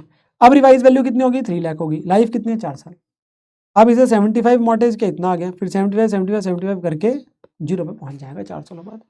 तो समय के साथ क्वेश्चन चल रहा था, अच्छा क्वेश्चन है, नॉर्मल रिवैल्यूएशन और नॉर्मल पॉइंट था, ठीक है ना, यस सर। फिर अगला क्वेश्चन है MTB May 24 का, कहता है एक्स फार्मास्यूटिकल लिमिटेड ओपिनियन मांग रहे हैं in respect of the following transaction, point by point हमें बताना है कि इनकी अकाउंटिंग कैसे करी जाएगी, ठीक है। पहला, एक्वायर किया एक 4 साल का लाइसेंस है to manufacture specialised drug at a cost of 1 crore at the start of year production immediately commence होगी। तो एक्वायर क्या लाइसेंस बेटा, परचेज इंटेंजिबल एसेट है, तो ये आपका कैपिटलाइज होगा और इसे अमोर्टाइज करेंगे 4 सालों में, कैपिटलाइज करेंगे अमोर्टाइज करेंगे over 4 years. Purchase intangible asset है तो रिकॉर्ड करेंगे इसे, ठीक है ना, 1 करोड़ पे रिकॉर्ड करेंगे, ये परचेज वाला है, परचेज वाला है। फिर also purchase another company at the start of year, अब एक कंपनी को खरीदा as a part of acquisition, एक ब्रांड एक्वायर किया, इंटरनल जनरेट ने एक्वायर किया जिसकी फेयर वैल्यू 3 करोड़ है based on sales revenue, life कितने 15 साल, तो ये भी परचेज इंटेंजिबल एसेट बेटा, रिकॉर्ड करेंगे ब्रांड को क्योंकि सेपरेटेड आइडेंटिफाई है कितने पे 3 करोड़ पे, और इसे मोटाइज कितने सालों में करेंगे 15 सालों में करेंगे, तो 3 करोड़ का ब्रांड आएगा क्योंकि उसकी फेयर वैल्यू है, इंटरनल जनरेट नहीं है, ठीक है। फिर स्पेंड किया, खर्चा किया 1 करोड़ का ऑन एडवर्टाइजिंग कैंपेन, जैसे ही देखोगे क्या बोलोगे, पीएल में जाएगा, जो मर्जी वो लिखता रहे, इससे इंप्रूवमेंट है, बेनिफिट होने वो ना, पीएल में जाने का, तो एडवर्टाइजमेंट का खर्चा सीधा पीएल में, एक्सपेंस ऑफ। फिर कमेंस करा डेवलप करने के लिए एक नया ड्रग, तो डेवलपमेंट का खर्चा किया गया, project cost would be ₹10 crore, clinical trial successful रहा और drug is expected to generate revenue over the next 5 years, तो आपका बेनिफिट भी मिलना है अगले 5 सालों तक। कितना खर्चा कर चुके थे हम अपने पास में 5 करोड़ का, और कितना और लगेगा इस साल में 5 करोड़ का, टोटल 10 करोड़ का स्प्लिट देते हैं, एक साल में 5 करोड़, अगले साल में 5 करोड़, तो डेवलपमेंट फेज का खर्चा कैपिटलाइज होगा, ये कैपिटलाइज होगा पूरा 10 करोड़, ये कैपिटलाइज करा जाएगा, ठीक है ना। और फिर लास्ट है कमेंस क्या डेवलप एक और ड्रग करने का, उस पर खर्चा कर चुके 50 लाख का टुवर्ड्स रिसर्च एक्सपेंस, इस साल के एंड तक फिजिबिलिटी भी एस्टेब्लिश नहीं हुई, तो ये पीएल में जाएगा, रिसर्च फेज का खर्चा, तो रिसर्च फेज का खर्चा पीएल में जाएगा, शुड बी एक्सपेंस ऑफ, ठीक है जी, पीएल में जाएगा। ओके, फिर कहता है एक्स लिमिटेड इज, अगला क्वेश्चन है, इस बैंक आपका बिजनेस किसका, पब्लिशिंग जर्नल्स का, उन्होंने 100% स्टेक एक्वायर किया वाई लिमिटेड में, ठीक है जी, कंसिडरेशन पे करी 10 करोड़ की और फेयर वैल्यू कितने नेट एसेट एक्वायर की 8 करोड़ 50 लाख, तो 10 करोड़ में से 850 तो किसके नेट एसेट की है। कहता है इस कंसिडरेशन में हमने और भी चीज़ों की पेमेंट दी, 8.5 करोड़ तो नेट एसेट का दिया, और किसका दिया 30 लाख दिया स्किल्ड स्टाफ का, तो स्किल्ड स्टाफ वाला तो बेटा इंटेंजिबल एसेट है ही नहीं, वो तो आता ही नहीं, वो तो है ही नहीं आपके पास में, कंसिडर ही नहीं किया जाता, कंट्रोल ही नहीं है ना। और 50 लाख दिया पेमेंट टुवर्ड नॉन कम्पीट फी का, हाँ नॉन कम्पीट फीस के लिए अगर आप पेमेंट करो तो वो इंटेंजिबल एसेट में आता है, ठीक है ना, that is actually restricting the other, कि वो आपके पास ऑब्वियसली पर्टिकुलर टाइम तक, पर्टिकुलर रीजन में, पर्टिकुलर इंडस्ट्री के अंदर में इतने पीरियड तक मान लीजिए नहीं करेगा कम्पीट, उसके लिए आप नॉन कम्पीट फीस देते हैं, ठीक है ना, तो वो आपके पास आ रहा है कि 5 साल तक जैसे नहीं करेगा, तो 50 लाख नॉन कम्पीट फीस का है दिया जा रहा है, हाँ वो इंटेंजिबल एसेट है, ठीक है। तो आपके पास में ये आइटम्स ऊपर नेट एसेट का पार्ट नहीं थी, 850 के अलावा दिया था, ठीक है ना, तभी अलग से आ रहा है, तो बाकी 1 करोड़ की गुडविल आ गई, 1 करोड़ की गुडविल आ गई, ठीक है ना, तो ये बात पक्की बेटा, स्किल स्टाफ वाला तो आता ही नहीं है, हाँ जो आपका 50 लाख नॉन कम्पीट फीस का दिया, हाँ वो इंटेंजिबल एसेट में आता है, ठीक है। देन अगला क्वेश्चन आपके पास एक आ रहा है, जनरल सा क्वेश्चन है, इंटेंजिबल एसेट को ही लेके, प्लूटो लिमिटेड ने एक ओपन करने की बात करी new retail store in new location in the next few weeks, उसके लिए खर्चा किया टेलीविजन एडवर्टीजमेंट का to promote this new store, तो एडवर्टीजमेंट का खर्चा सर वो तो पीएल में जाता है, हाँ मना नहीं है। कंपनी ने पेमेंट करी 8 लाख रुपए की एडवर्टीजमेंट की before 31 March and 7 lakh of this sum relate to advertisement shown before 31 March, कहते हैं हमने एडवर्टीजमेंट के खर्चे की एक्चुअली पेमेंट करी 8 लाख साल खत्म होने से पहले तक, इसमें से पर्टेन करंट ईयर को 7 लाख करता है, ये प्रीपेड आ रहा है, और 1 लाख किसको पर्टेन करता है, अगले साल जो एडवर्टीजमेंट दिखाई जाएगी अगले साल, ठीक है ना। तो आप जब एंट्री डालेंगे ना बेटे 31 मार्च को, आप समझना एडवर्टीजमेंट खर्चे में 7 लाख आएगा, टू बैंक पेमेंट 8 लाख है, बाकी प्रीपेड है भाई, वो बैलेंस शीट में एसेट साइड दिखेगा, बचपन में सीखता हूँ प्रीपेड है जो करंट ईयर में पेमेंट कर दी अगले साल की, ठीक है। अच्छा अगले साल जाके हमने पेमेंट और करी कितने की 4 लाख की, तो अगले साल जाके करी जिसकी एडवर्टीजमेंट पे अगले साल आएगी, तो अगले साल खर्चा कितना बुक होगा 1 लाख भी और 4 लाख भी, तो एक तो ये जो प्रीपेड वाला 1 लाख ये अगले साल खर्चा बुक हो गया, और जो अगले साल 4 लाख की पेमेंट करी वो हो गया एडवर्टीजमेंट टू बैंक, ठीक है। इसका व्यू है कि cost can be carry forward as intangible asset, वो कहते हैं हम इसको इंटेंजिबल एसेट दिखा रहे हैं, अरे नारे बाबा ना, एडवर्टीजमेंट का खर्चा इज नॉट इंटेंजिबल एसेट, वो तो पीएल में जाने का है, वो बस हाँ अकाउंटिंग वाइज बता दिया पर वो पीएल में जाएगा, ठीक है ना। तो एडवाइजर ट्रीटमेंट इन कॉस्ट की क्या करनी है, तो वो इंटेंजिबल एसेट नहीं है, वो पीएल में जाएगा, बट ऑब्वियसली उसमें कुछ खर्चा पिछले साल पे करा तो प्रीपेड है वो, ठीक है ना, वो कहलाया जा रहा है। देन अगले वाला आ रहा है बेटा क्वेश्चन, एक जनरल क्वेश्चन है, स्टैंडर्ड के अंदर ना कुछ ना आपको डेफिनेशन वाली चीज़ें हमें पता होनी चाहिए, जो मैंने आपको डेफिनेशन दिखाई दी, आइडेंटिफाइबिलिटी, सेपरेबल वाली बात, नॉन मॉनिटरी एसेट है, फिजिकल सब्सटेंस कंट्रोल है, वो वाली चीज़ आती है, परचेज वाले को दिखाना है, सेल्फ यूनिट को नहीं दिखाना, वो वाली बातों को लेके क्वेश्चन है। जैसे अगला टीक्यू लिमिटेड एक गेमिंग डेवलपर कंपनी है, कुछ साल पहले उन्होंने डेवलप करी थी एक न्यू गेम क्लाउड9, ये गेम बहुत बिकी बेटा, उनकी 10 लाख कॉपीज बिकी अराउंड द वर्ल्ड और एक्सट्रीमली प्रॉफिटेबल हुई, इसकी पॉपुलैरिटी की वजह से उन्होंने एक और न्यू गेम निकाली इसी सीरीज में हर साल, game continue to the best seller, ये इनकी गेम बहुत बिकती है, ठीक है ना। कहते हैं मैनेजमेंट के एक्सपेक्टेशन के हिसाब से उनके कैश फ्लो प्रोजेक्शंस जो है Cloud9 वीडियो गेम्स के ओवर द नेक्स्ट 5 ईयर्स भी बना दिए गए। बहुत अच्छी बिक्री हो रही है गेम की। बेस्ड ऑन दिस प्रोजेक्शन उनको लगता है Cloud9 series brand should be recognise at 20 lakh INR पे उसे दिखाना चाहिए द फ्रेंचाइज। कहता है यार ये एक बहुत बड़ा ब्रांड बन गया, इसका तो बेनिफिट मिल रहा है, तो हमें अपने पास इसे अपनी किताब में एज इंटेंजिबल एसेट दिखाना चाहिए। बहुत गेम चल रही है, बहुत बढ़िया रेवेन्यू आ रहा है, इसे दिखा दो। क्या दिखा सकते हैं? नो सर, ये इंटरनेट जनरेटेड है, इसे नहीं दिखा सकते हैं। ठीक है। हाँ, इन्होंने एक पेमेंट करी 10 लाख की एक और कंपनी को एक्वायर करने के लिए rights of another video game call the headspace video game series. किसी और को पेमेंट करी, उससे एक्वायर करें। हाँ सर, ये तो पेमेंट करके खरीदा है, तो ये आपका दिखाएगा, ये परचेज इंटेंजिबल एसेट रिकॉग्नाइज होगा और उसकी डिमांड भी है मार्केट में। आप ट्रीटमेंट बताओ। तो जो सेल्फ जनरेटेड है उसे नहीं दिखाते, जो परचेज वाला उसे दिखाएंगे। अंग्रेजी वाली बातें आपने लिख दी नहीं, इंटेंजिबल एसेट डेफिनेशन आ गई, identifiable control future benefit existence है। ठीक है ना। Cloud9 वाला बेटा जो है वो इंटरनली जनरेटेड था, तो वो नहीं दिख सकता, रिकॉर्ड नहीं हो सकता वो। ठीक है। हेडस्पेस वाला उसके लिए पेमेंट करी थी, कॉस्ट करी थी, तो वो सेपरेटली आपके कॉस्ट कैन भी मेजर लाइबली है, तो वो जितने परचेज किया वो उसकी कॉस्ट है उस पर दिखेगा। वो 10 लाख पे किए तो सेपरेटली एक्वायर्ड है, वो दिखाया जाएगा, वो रिकॉग्नाइज होगा। देखिए इसमें अगर सच्ची बोलूँ, आप ना पूरी पूरी इंग्लिश कभी भी नहीं पढ़ सकते। फर्स्ट टाइम पे क्या, लास्ट जब फर्स्ट टाइम पे पढ़नी मुश्किल है तो लास्ट तक कैसे करें। तो मेन पॉइंट्स जैसे बच्चों को अंडरस्टैंड कराते हैं, आपको मेन पता होना चाहिए क्या क्या पॉइंट्स कवर होना है, बस बाकी इंग्लिश अपने बनती है। ठीक है ना। देन अगला क्वेश्चन वेरी इंपॉर्टेंट, अच्छा क्वेश्चन, क्योंकि ये एक थोड़ा प्रेजेंट वगैरह को लेके आपके पास आता है, उन सारी चीज़ों को बताता है। तो पेपर में आया हुआ क्वेश्चन है 10 नंबर का बेटा, देखो MTP RTP में भी है। ठीक है।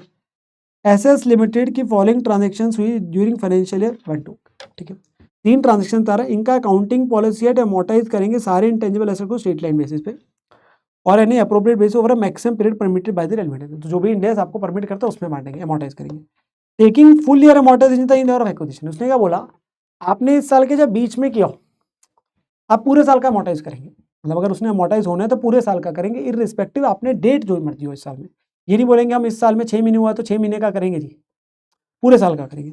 हमसे शेड्यूल मांग रहा है आपके पास बैलेंस शीट का और रिलेटेड खर्चा PL वगैरह में सारा कैसे करोगे, प्रैक्टिकल ओरिएंटेड क्वेश्चन है। पहला पॉइंट, 1 अप्रैल को एसएस लिमिटेड ने परचेज करे नेट एसेट्स एम लिमिटेड के 1320 में, तो आपके 1320 की कंसिडरेशन पे करी, दूसरी कंपनी को एक्वायर कर रहे हैं। उसकी फेयर वैल्यू INA कितने बेटा, आइडेंटिफाइबल नेट एसेट 10 लाख है। इनका व्यू है कि ड्यू टू पॉपुलैरिटी उसकी लाइफ गुडविल की 10 ईयर है। बेटा गुडविल कितनी है, 1320 माइनस 10 लाख, तो 320 की गुडविल आ गई, माइनस करोगे आप। कहता है उसकी लाइफ हमारे को लगता है पॉपुलैरिटी 10 साल है। बेटा परचेज गुडविल का आपके पास मैंने बोला था उसकी इनडेफिनिट आपके पास यूजफुल लाइफ है, उसे अमोर्टाइज अपने पास में नहीं करते, उसकी सिर्फ इंपेयरमेंट टेस्टिंग होती है इंडेक्स 36 के हिसाब से। तो यहाँ वो 320 का 320 ही दिखेगा। तो आपके पास क्या होगा, मैं बताया तो हम जब नोट बनाएंगे ग्रॉस ब्लॉक बना दिया अमोर्टाइजेशन और नेट, तो इसमें क्या है opening addition closing, opening addition closing, opening closing. ठीक है ना। तो पूरा जो बनता है आपका फिक्स एसेट का जो आपका ब्लॉक बनता है टेंजिबल इंटेंजिबल का। ठीक है। तो सबसे पहले जैसे क्या आ गया, गुडविल आ गया, कितने का एडिशन कितने की हुई, 320 की हुई, तो क्लोजिंग में कितना है 320। कोई अमोर्टाइजेशन नहीं है तो कितने का दिखेगा 320, ओपनिंग में 0 है, 320 आएगा। उसके लिए नोट भी लिख देते, goodwill is not to be amortise as per index 38, but उसकी टेस्टिंग होती है इम्पेयरमेंट की बस। ठीक है ना। तो वो आपके पास ध्यान रखना है। फिर अगला पॉइंट क्या है, अगला पॉइंट कहता है 4 मई को परचेज करे एक franchisee to organise musical show from a TV for 80 lakh की। तो एक फ्रेंचाइज आपके ऐसे एक्वायर करिए, उसके लिए 80 लाख रुपीज़ दिए और एनुअल फी भी देंगे 2% म्यूजिकल शो का। तो जितना रेवेन्यू होगा ना उसका 2% हर साल भी देंगे, तो वो तो भाई हर साल का होगा, वो तो रेवेन्यू खर्चा लेगा। हमारे लिए जो हमने दिए वो फ्रेंचाइज के लिए 80 लाख दिए और वो एक्सपायर कितने साल बाद होगी, 5 साल, तो 5 साल उसकी लाइफ है। ठीक है। म्यूजिकल शो का रेवेन्यू कितना हुआ, 10 lakh for the financial year इस साल का, और अगले सालों के भी रेवेन्यू का एस्टिमेशन बता दिया कितना कितना होगा। मुझे उससे मतलब नहीं है, मैं करंट ईयर में देखो मेरे लिए जो इंटेंजिबल एसेट है वो फ्रेंचाइज, वो 80 लाख का दिखेगा। जो आप अपने पास दे रहे हो वो 2% जो कलेक्शन का रेवेन्यू का वो सीधा PL में जाएगा।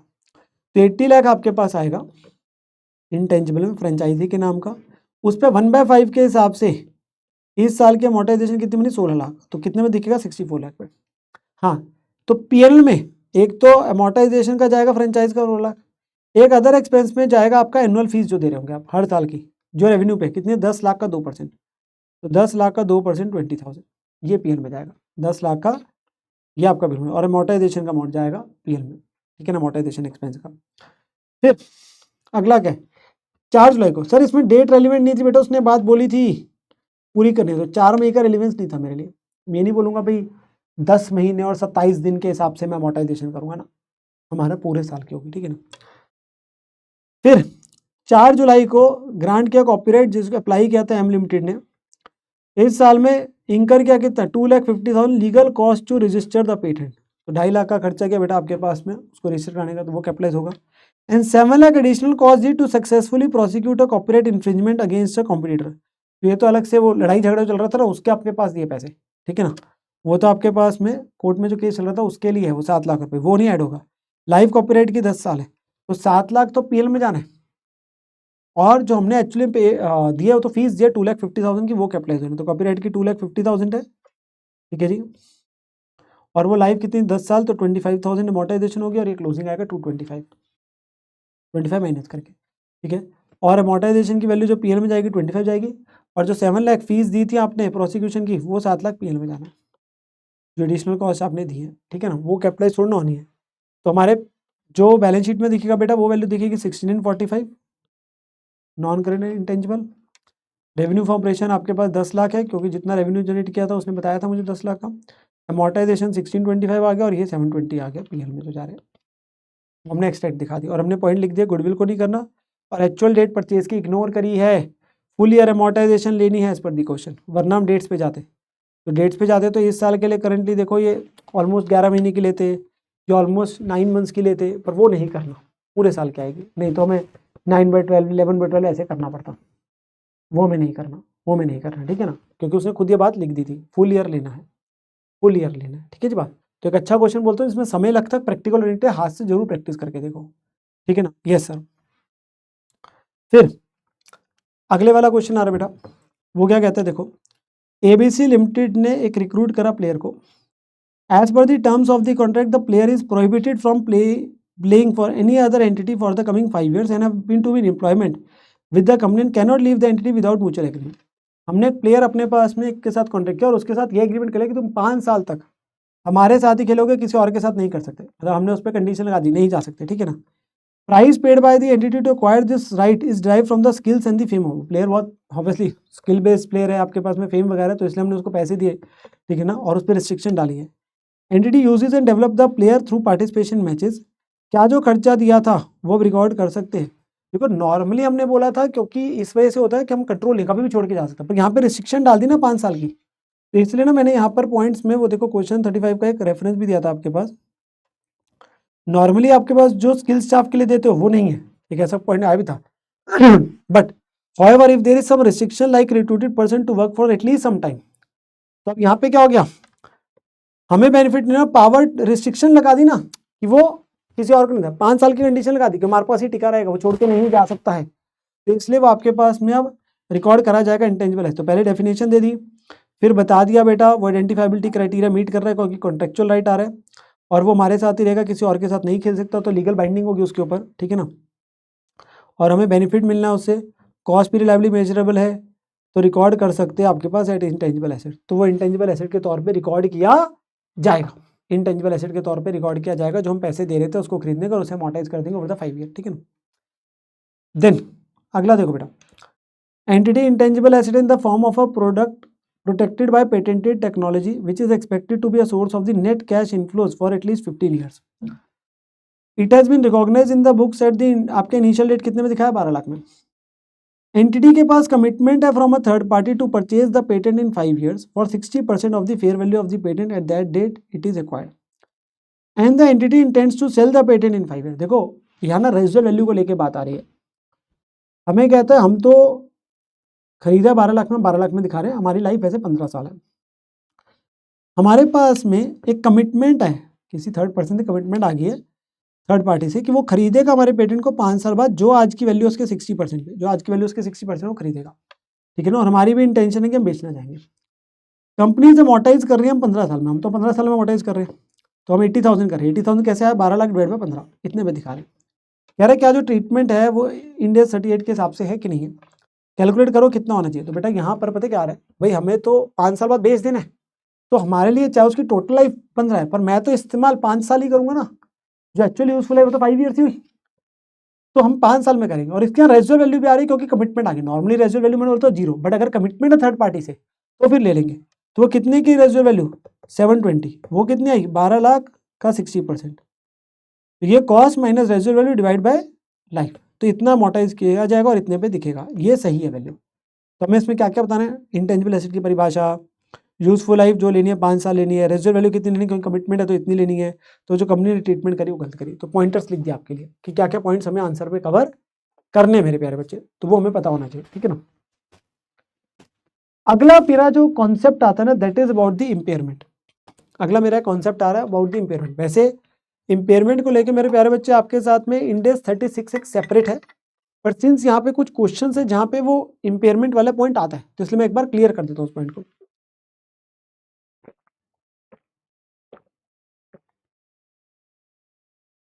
हाँ जी, डिटेल्ड आपकी जो भी कॉन्सेप्ट वगैरह वो इंड एस 36 में आता है। इम्पेयरमेंट का मतलब है गिरावट, that is decline in the value of asset. मान लीजिए इंटेंजिबल एसेट है, मैं सिर्फ इंटेंजिबल की बात करूंगा, हाउएवर इम्पेयरमेंट में जाएंगे तो आप पीपी इंटेंजिबल वगैरह औरों पे भी अप्लाई होता है, ठीक है ना, हम बहुत कुछ सीखते हैं। लेट्स से कैरिंग अमाउंट हमारा 5 लाख है, एक वैल्यू आती है रिकवरी अमाउंट, ये हमें इंड एस 36 बोलता है निकाल लोगे जब इम्पेयरमेंट टेस्टिंग करते हैं, शॉर्ट में आरए बोल देते हैं इसे, ये कैरिंग अमाउंट हो गया, सी है, वो 4 लाख है। लेट्स अब ये कैसे आ रही है, ये निकालने का एक तरीका आ रहे, वो होता है हम अगर इस्तेमाल करेंगे तो कितनी हमें वैल्यू ड्राइव होगी, वैल्यू इन यूज, और एक होता है fair value less cost of disposal. अगर बेचेंगे तो कॉस्ट ऑफ डिस्पोजल माइनस करने के बाद कितने पैसे की प्राप्ति होगी, मतलब आज बेचेंगे तो कितने पैसे जेब में आएंगे, और उससे जो वैल्यू इस्तेमाल करेंगे उसकी आज की प्रेजेंट वैल्यू क्या है, दैट इज हम हायर लेते हैं दोनों में से, higher of value in use और सेल करके, fair value less cost of disposal और ये present value of the cash flows, इन दोनों में से जो हायर है, क्योंकि कॉमन सेंस की बात है ना, जो बेनिफिट मुझे ज्यादा मिलेगा मैं वो ऑप्शन की तरफ भागूंगा, तो ऑब्वियसली बात है हम उस ऑप्शन को ले रहे हैं, प्रूडेंट पर्सन की बात कर रहे हैं। तो 320 है, मान लो 4 लाख है, दोनों में से 4 लाख है।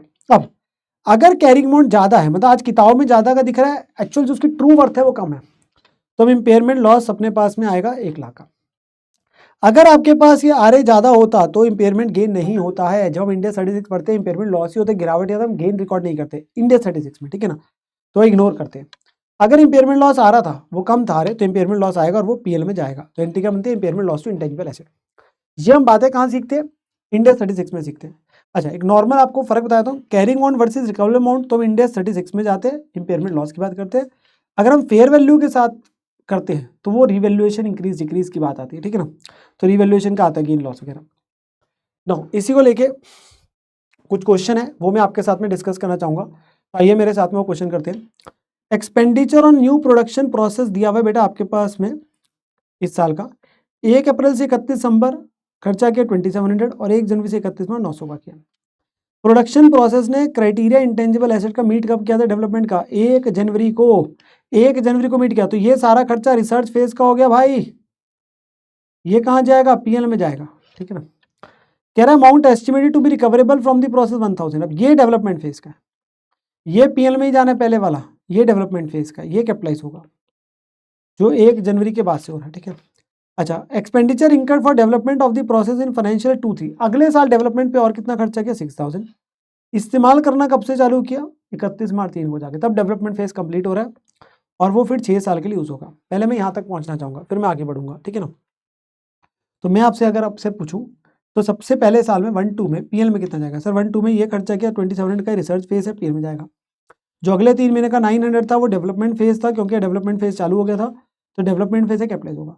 सिंस रिकवरेबल अमाउंट आर ज़्यादा है 900 है, ये 900 का की है, तो आपका कोई इंपेयरमेंट लॉस नहीं होगा, ठीक है ना। डेवलपमेंट फेज का रिकॉग्निशन क्राइटेरिया 1 जनवरी को मीट हुआ था।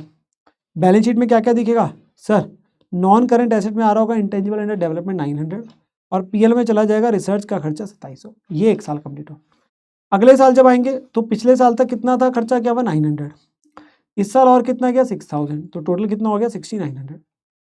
सिंस हमारा वो कंप्लीट कब हुआ है बेटा, 31 मार्च 3 को, अब लाइफ 6 साल है, तो आप इस साल अमोर्टाइज नहीं करेंगे क्योंकि last day development phase complete हो रहा है, तो ready to use last day हो रहा है, तो ऑब्वियसली इस साल ब्रॉड टू यूज आपका लास्ट डे पे है, तो आपका इस साल नहीं होगा, तो इस साल सीधा बैलेंस शीट में बस वो इंटेंजिबल एसेट के नाम से दिखेगा, कैपिटलाइज हो गया। पिछले साल अंडर डेवलपमेंट था, कैपिटलाइज होकर दिखा, इस साल पीएल में कुछ नहीं जा रहा, इसके बाद से अमोर्टाइज होना चालू होगा, ठीक है। तो उसने 2 सालों का पूछा था मेरे को कितना कितना पीएल वगैरह में जाएगा क्या चीज़ है। अब कहता है 1 साल बाद जाके, 1 साल और बाद जाके, अब रिकवरल अमाउंट कितना है 5000 है, अब बताओ क्या होगा। तो पहले 1 साल बाद इम्पेयरमेंट आपके पास में जो अमोर्टाइजेशन है वो करके तो पहुंचो, तो कितनी वैल्यू थी 1600, लाइफ कितनी थी 6 साल, तो 6 साल के हिसाब से हमने इस साल कितना अमोर्टाइज किया 1150, तो इतनी वैल्यू दिख रही है आज कैरिंग अमाउंट। और आज इसका RA कितना है, रिकवरेबल अमाउंट 5000 है, तो आज रिकवरेबल अमाउंट 5000 है, तो इम्पेयरमेंट लॉस आ जाएगा 750 का। भाई पहले तो आप कैरिंग अमाउंट निकालोगे ना, उस साल अमोर्टाइज किया तो उसकी कैरिंग अमाउंट है, उसे कंपेयर किया रिकवरेबल अमाउंट के साथ, रिकवरेबल अमाउंट क्योंकि कम है तो इम्पेयरमेंट लॉस आ गया।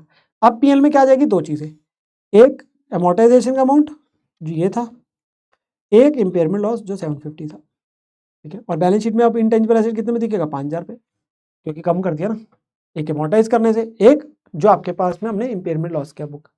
तो ये आपके पास क्वेश्चन है, तो डेट बाय डेट चलते जाना। देखो बिना क्वेश्चन के ना कई बार चीज समझ नहीं आती, आपने सीखा होता है, सीखना एक अलग बात है बेटा, इसलिए क्वेश्चन कराता हूँ आपको रिवीजन में भी, ताकि आपको वो क्लियर हो जाए, ठीक है ना।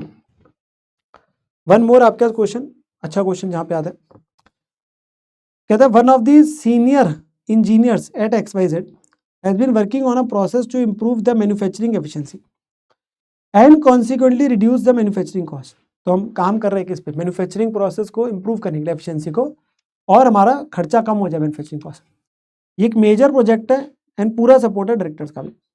सीनियर इंजीनियर बिलीव करता है कि कॉस्ट रिडक्शन जो है वो हमारी ज़्यादा होगी, प्रोजेक्ट कॉस्ट जो अगले 24 महीने के अंदर ऑफ द इम्प्लीमेंटेशन।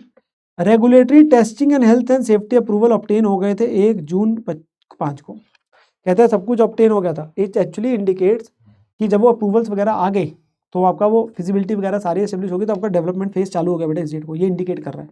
और इसने अनसर्टेनिटीज रिमूव कर दी कि हम वो नहीं कर पाएंगे। और फाइनली कब कंप्लीट हो जाके, 20 अप्रैल को जाके, तो अगले साल जाके 20 अप्रैल को कंप्लीट हुआ। कॉस्ट ऑफ 18 लाख इंकर हुआ हमारे इस पूरे साल में 31 मार्च में। देखो ये आया 1 जून 5 को, तो साल हमारा अगर अप्रैल टू मार्च है तो ये 1 जून को आया बेटा, मतलब अप्रैल और मई 2 महीने रिसर्च फेस ही है, 10 महीने डेवलपमेंट फेस है। अब ये खर्चा पूरा है। अब हमने इसके पूरे को इंटेंजिबल एसेट मान लिया तो पूरा 18 लाख लगा, ये गलती कर दी ना हमने भाई। 18 लाख का थोड़ा खर्चा कैपिटलाइज होगा, 10 महीने का होगा, 2 महीने का तो आया नहीं था, तो 2 महीने का तो आपका पीएल में जा रहा है, ठीक है। तो यहाँ पे टोटल खर्चा 18 लाख किया ईयर एंडेड। रिसर्च फेज का खर्चा 2 महीने का, पहले 2 महीने का, बाद में वो 1 जून को हुआ है बेटा, ठीक है। तो आपके पास 2 महीने का जो खर्चा प्रोपोर्शनल बनता है 3 लाख को पीएल में जाएगा और 15 लाख आपका कैपिटलाइज होगा। पहले तो ये बात समझने वाली है। तो ट्रीटमेंट जो कंपनी ने करी थी पूरे का पूरा कैपिटलाइज करना वो गलत था। हाँ, इसमें हम यही एज्यूम कर रहे हैं कि खर्चा इवनली इंकर्ड है, भाई ऑब्वियसली बात है, हम तो यही मान रहे हैं इवनली इंकर्ड है कि हर महीने बराबर है। अगर स्पेशली बोल देते पहले 2 महीने में कितना खर्चा हो तो अमाउंट निकल जाता, ठीक है ना। फिर उसने आगे बोला एक offer of 780 for the new development technology, new develop technology has been received by potential by but it has been rejected by the XYZ। Utkarsh believe that the project will be a major success and has the potential to save the company 12 lakh in perpetuity. तो हम 12 लाख के cash flows आते रहेंगे इस technology को इस्तेमाल करके, अगले परपेचुटी में तो आगे तक चलते रहेंगे। और उसी के आगे कहानी बता दी है, उससे ना हमारे को प्रेजेंट वैल्यू दे दी, हमें तो प्रेजेंट वैल्यू चाहिए। ये एक्चुअली हमें पता है क्या मदद कर रहा है निकालने में, recoverable bond which is value in use, present value of the cash flows. Individual cash flow इतना है, हमें वो नहीं चाहिए, हमें आज की प्रेजेंट वैल्यू चाहिए। या तो पी फैक्टर देता तो हम खुद निकालते, उसने खुद ही दे दी प्रेजेंट वैल्यू 960। और ये हमारा क्या है, जो बेचकर मिलेंगे, तो 780 बेचकर मिलेंगे जो ऑफर आया था हमें, और ये हमारे को उसकी वैल्यू न्यूज़ है, ठीक है ना। तो आपका ये वैल्यू न्यूज़ आ रहा है 960 और बेचकर आएंगे 780, दोनों में से आ रहा है 960। अब 960 आपका रिकवरेबल अमाउंट है, कैपिटलाइज कितना किया 15 लाख, तो आपके पास में इंपेयरमेंट लॉस आ जाएगा बाकी 540। तो पीएल में क्या आ जाएगा, रिसर्च का खर्चा 3 लाख का और इंपेयरमेंट लॉस 540, और बैलेंस शीट में कितना दिखेगा 960, क्योंकि आप इंपेयरमेंट लॉस प्रोवाइड कर देंगे तो वो RA पे पहुंच जाएगा, ठीक है ना। तो एंट्री क्या डलेगी, रिसर्च खर्चा debit, impairment loss debit, to intangible under development 840। वो इसलिए क्योंकि हमने तो पूरे को इंटेंजिबल करके डेबिट करा हुआ है ना किताब में, तो इसलिए हम बोल रहे हैं एक तरीके से हम इस पर दिखा रहे हैं क्योंकि हमने पूरे को करा हुआ है, ठीक है ना। तो आगे ये बोला शी एस्टिमेट वो कॉस्ट सेविंग है, अप्रोप्रिएट अकाउंटिंग ट्रीटमेंट बता देना। तो हमने वो अप्रोप्रिएट अकाउंटिंग ट्रीटमेंट बता दी कि कितना पीएल में जाना है, रिसर्च का खर्चा जाना है, बाकी कैपिटलाइज होना था, पर बाकी के भी रिकॉर्ड अमाउंट हमने निकाल पाई दोनों में से हायर लेके, ठीक है ना। और फिर उसके बेस पे हमने बता दिया, ठीक है जी। यहाँ तक में आपके पास बेटा जितनी भी सारी चीज़ें थी ना इंड एस 38 को लेके, इंटेंजिबल एसेट को लेके, वो मैंने सारी चीज़ें डिस्कस कर दी इन टर्म्स ऑफ, चाहे आप बोल सकते हैं कॉन्सेप्ट, इन टर्म्स ऑफ चाहे आप बोल सकते हैं क्वेश्चंस, ठीक है ना। तो सारी चीज़ें क्लियर कर दी। होपफुली आपका ये पूरे का पूरा जो स्टैंडर्ड है अच्छे से रिवाइज हुआ होगा। इन दो चीज़ें जो मैंने आपको स्टार्टिंग बोली थी मैं फिर से रिपीट कर देता हूँ लास्ट में। वन इज़ आपको जो भी नोट्स से चाहिए उसके लिए आपको नीचे टेलीग्राम का आपको चैनल मिलेगा, वहाँ पर इसके नोट्स वगैरह सारे शेयर होते हैं, ठीक है ना। तो आपको वहाँ मिल जाएंगे। और जो बाकी भी आप लोगों के पास में रिवीजन वीडियोस आप इसी तरीके से करना चाहते हैं प्लेन पे रिवाइज, तो उसकी प्लेलिस्ट का लिंक भी है जिसमें काफ़ी सारे अब तक अपलोड हो चुके हैं, बाकी भी आगे आते रहेंगे। तो उसी एक सिंगल प्लेलिस्ट में आप लोगों के पास मिलते रहेंगे, ताकि आप जब चाहे जो सा मर्जी इंडिया सप्लीमेंट पे रिवाइज कर सकते हैं my dear student. With this हम इस वाले पर्टिकुलर लेक्चर को यहीं पर खत्म करते हैं। होपफुली आपकी अच्छे तरीके से रिवीजन होगी। टेक केयर मेरे प्यारे बच्चों, love you, bye bye, have a great day, bye bye.